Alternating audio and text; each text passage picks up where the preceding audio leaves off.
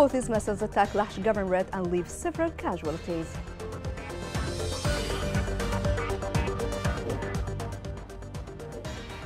Since the end of the United Nations truce, the political scene in Yemen remains uncertain.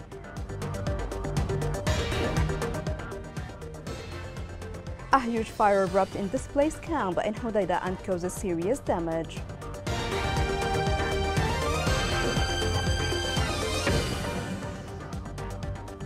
Good evening, everyone. I'm Abir Ali, and thank you for streaming with us. In Lahj, more than 14 civilians were killed and injured in Houthi missile attacks. The casualties included children by the terrorist Houthi militia attacks in Lahj governorate. This came among the continuous Houthi violations that take place in Houthi-controlled areas.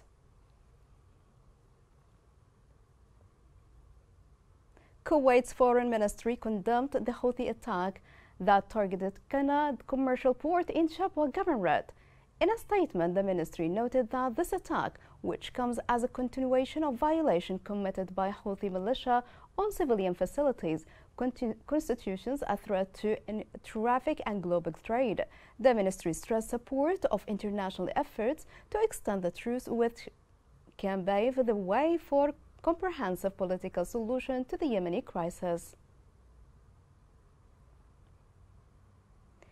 The Yemeni government has renewed its call on the Arab countries to designate the Houthi as a terrorist group. This followed the recent Houthi escalation, which targeted civilians and oil ports in country. This report has more. Yemen's government repeated its call for Arab states to label the Houthi militia as a terrorist group after the rebels launched a drone attack on Qana port in Shabwa governorate. The terrorist attack reflects the aggression of these terrorist militias, as they clearly violate all the international calls to stop the escalation and targeting of civilians and economic infrastructure. The Yemeni government called on all countries to take strict measures to classify the Houthis as terrorists to prevent the recurrence of these attacks. The attack on Qana port drew widespread criticism by regional states including the UAE, Saudi Arabia, Egypt, and Western nations. A joint statement by the US, UK, and France on Thursday called on the Houthis to immediately halt such attacks, saying economic warfare will not only exacerbate the conflict and humanitarian crisis in Yemen, but also constitute a danger on civilians. The Houthi militia looted the amounts it receives through the central bank branch and refrained from offering any data of the movement of the account or funds, according to the provisions of the agreement, creating the successive fuel crisis. However, after the government allowed ships to enter the port under the UN ceasefire agreement, the Houthis created another hurdle for incoming ships. After the regular entry of oil derivatives into the port of Hodeidah for 5 months, the Houthis prevented traders from submitting their documents directly to the office of the UN envoy in accordance with the agreed mechanism, which led to the accumulation of ships and a crisis in oil derivatives in Yemeni studies. Military sources in Adala governorate stated that cautious calm prevailed on various fronts while the air defenses confronted a number of Houthi militia aircraft. According to the sources, the joint forces and the resistance clashes with the Houthi militia, while the air defenses confronted a number of Houthi drones that tried to target separate locations in the governorate. The terrorist Houthi militia prevented that the entry of canned food to the inmates of one prison in Sana'a. The sources pointed out that the prison guard prevented visitors from bringing food and water to the prison inmates of the pretext that there is a grocer inside the prison. The source added that the militia is forcing visitors and families of the inmates to buy the groceries of the prison belonging to the one of its supervisors, which sells food at double prices. Since the expiry of the United Nations truce, the political scene in Yemen has remained by far uncertain. Despite the Houthi drones attacks, violence has decreased in what seems like warring sides have no intention for further escalation. This report has more. The UN-mediated ceasefire between the government and the Houthis in Yemen which had been in effect since April, came to an end on October 2nd when neither side came to an agreement to extend it. The ceasefire was meant to kick off a political process to resolve the war and alleviate suffering for civilians. For the most part, the ceasefire had accomplished its goals. It put an end to cross-border attacks, civilian deaths fell by roughly 60%, airline operations resumed from Sana'a and Aden airports, and petroleum imports through the Hodeidah port rose to satisfy the country's mounting fuel crisis. The truce made it easier to provide humanitarian assistance around the country. On a diplomatic level, it generated an atmosphere of optimism for the two parties to resume discussion. However, although the 6 months of unbroken truce in the thick of Yemen's civil conflict is a significant accomplishment, the truce has come to an end in an impasse. Its extension discussions ran into problems when it came to paying government employees' salaries. As a prerequisite for extending the ceasefire, the Houthis asked that the government pay the salaries of every government worker. While the government was ready to pay the salary of the workers it had employed before the Houthis took over Sana'a in 2014, it was reluctant to acknowledge the hundreds of individuals that the Houthis had hired, and who now serve in the new administration. The way things have played out during the past 6 months of the truce has served as a reminder of how little trust there is between the Houthis and the Yemeni government. The Yemeni government refuses to grant the Houthis any political sway. It is challenging for the government to accept the Houthis' demand for a share of the authority in all political conversations after they violently seized the capital Sana'a and other regions of the nation. The Houthis, on the other hand, are wary of any political move that may compromise their existing position, both politically and militarily. They also do not want to lose the public support they have accumulated over the previous 8 years. The UN has attempted to bridge the divide by enacting the ceasefire in order to find an acceptable way out of the current scenario. However, the failure to prolong the truce now risks instability. Yemen, the worst famine the world has seen in 100 years. Right now, over 8 million people are facing starvation. Since the beginning of the war, 85,000 children have died due to the lack of food. We cannot allow this to continue. The Yemeni people can't wait. A recent human rights report revealed that the Iran-backed Houthi militia kidnapped 571 Yemeni women within 5 years. This came in a report by the Yemeni Network for Rights and Freedom, in which it revealed the documentation of 1,444 violations committed by the so-called Zainabiyat Brigade. According to the report, the Zainabiyat Brigades arrested and kidnapped about 571 women during the reporting period. The military attack carried out the Iran-backed Houthi militia has escalated on the ground oil export port in Hadramaut and Shabwa.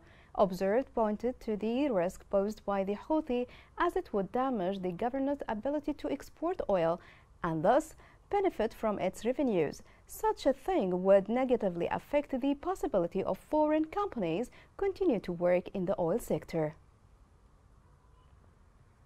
Authorities in Al-Mahra Governorate announced the seize of Iranian ship carrying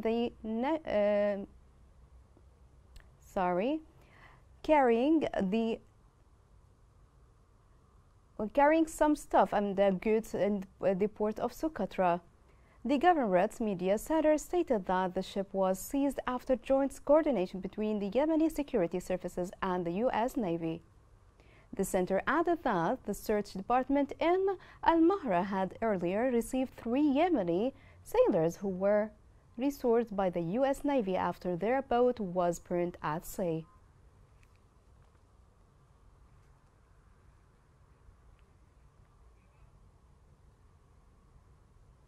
The Arab Parliament condemned the Houthi attack on the commercial port of Qina in Shabwa Governorate. In a statement, the Arab Parliament indicated the Houthi militia by this escalation undermines the chances of settling the crisis and obstructs the extension and expansion of the truce, stressing its support for reaching a comprehensive political solution to the Yemeni crisis. In Hodeidah, a huge fire broke out at one displaced camp and caused serious damage. According to Yemen Today reporter, the fire devoured 60 tents and damaged dozens of neighboring houses, and the basic requirements that displaced governor of Hodeidah, Al-Hassan Ali Tahir, was signed and gave directions to pay urgent financial aid for the displaced people affected by the fires. Governor Tahir had called on King Salman Center, the Emirates Red Crescent, and the humanitarian organization working in the governorate to provide urgent aid to those affected by the fire.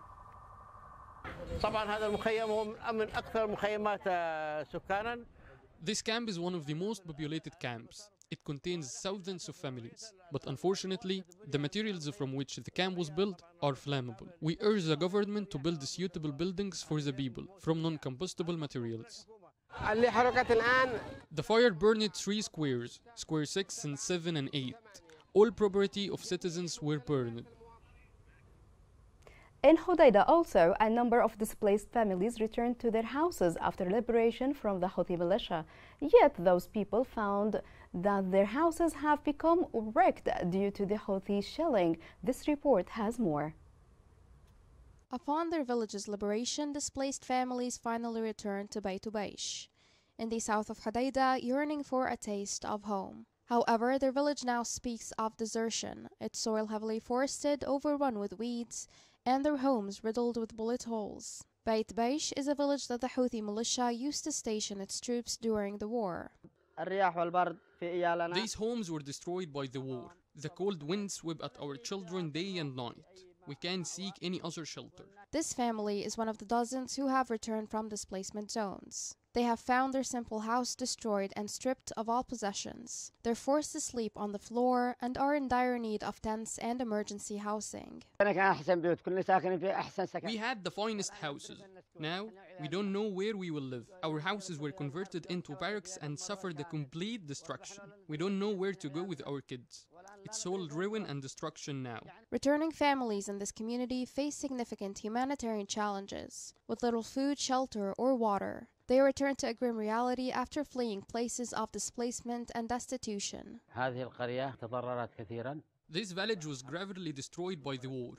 It was demolished and all its residents migrated. Some of its occupants returned. Around 90 families of total 270. These families find no shelter or sustenance. They need a lot of support and assistance, and the rehabilitation of the water project in the village. We urge local and international organizations to visit and aid these families. Hardly any house in the village of Baish is devoid of evidence of war and the ensuing damage. Houses are either completely or partially damaged and vulnerable to collapse, leaving the majority of the villagers stranded in displacement zones.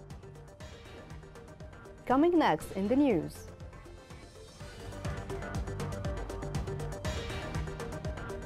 Honey industry flourishes in Shabwa during the autumn season.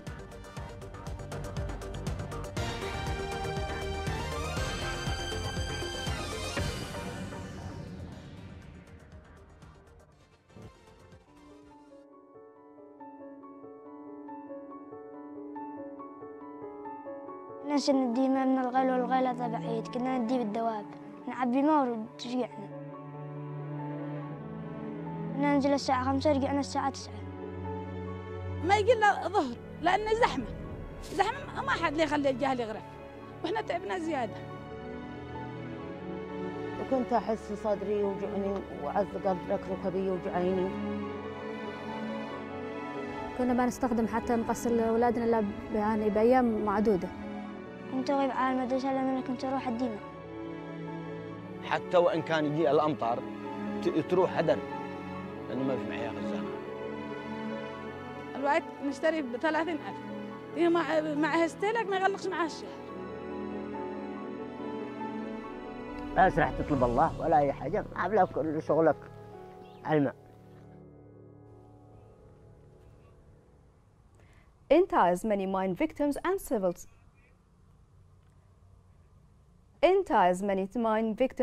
society organizations protested in front of the temporary local authority building to demand an investigation into the report.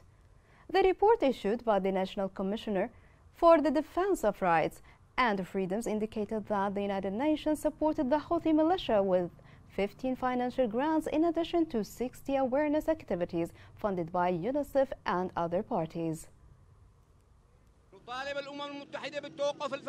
We demand that the United Nations immediately ceases support to Houthi militia, who uses the UN's support to strengthen their military positions, finance their mining operations and murder Yemenis. We call on the United Nations to apply pressure to the Houthi militia to hand over maps of where they laid the mines over the past years. The United Nations appears to be funding the Houthis' arms, vehicles, personnel, landmines, and unexploded ordnances. The UN continues to abet these atrocities, and we implore them to survey the situation in Taiz, where we continue to suffer under siege and poverty. The amputee war victims of Taiz demand that the UN, who claims to strive for peace and human rights protection, stops funding the Houthis' crimes. Houthis continue to impose instructions on Yemen women and girls. In a new move, the rebels issued new regulations that bring girls from laughing and singing while going on school picnics. This report has more.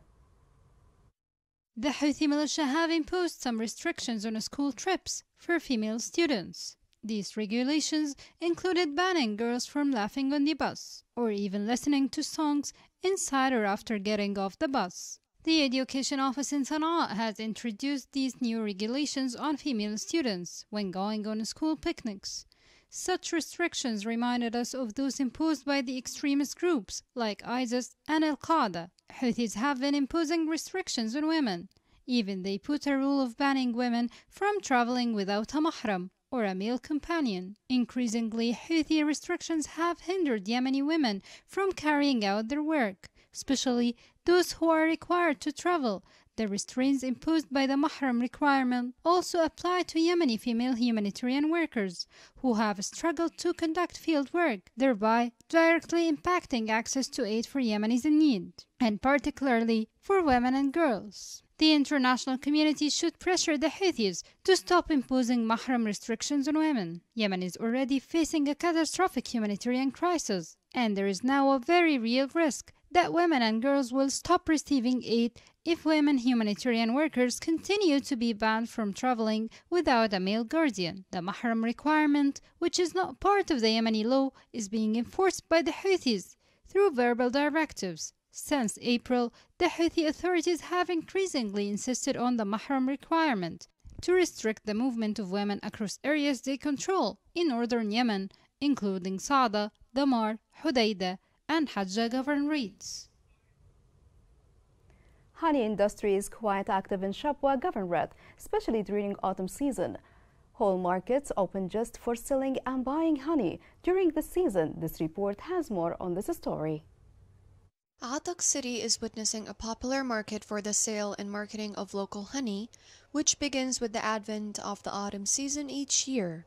Despite the abundance of honey production in Shabwa governorate this season, a gap has emerged between supply and demand due to the difficult economic and living conditions that the citizens are going through. Unlike the past seasons, this time it's more abundant in the quantities of honey produced from the various regions of the governorate, thanks to the rains from which the cedar trees took, as its fruits are considered the preferred food for bees, and the finest natural honey comes out of it. The prices of honey increased due to the reluctance of wholesalers and exporters to buy because of the obstacles they face during the process of exporting it to some countries. The cedro honey in Shabwa for this year is of high quality and in abundant quantities in all areas of Shabwa. The supply was great, but the demand was very low. The weak purchasing power is due to the bad economic condition of the Yemeni citizen. So we call on the local authorities to do their part and promote this product well in organized manners. According to the estimates of the Agriculture Office in the governorate, the annual production rate of honey is more than 680 tons. Beekeepers in Shabwa governorate make up to 30% of the governorate's population, where the profession of beekeeping is one of the most important sources of income on which many people depend to earn a decent living. Here is a reminder of the main headlines. Houthi missiles attack Lash governorate and leave several casualties.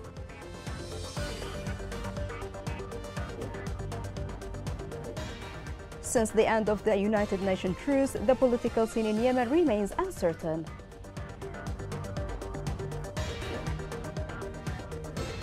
A huge fire erupts in displaced camp in Hodeidah and causes serious damage.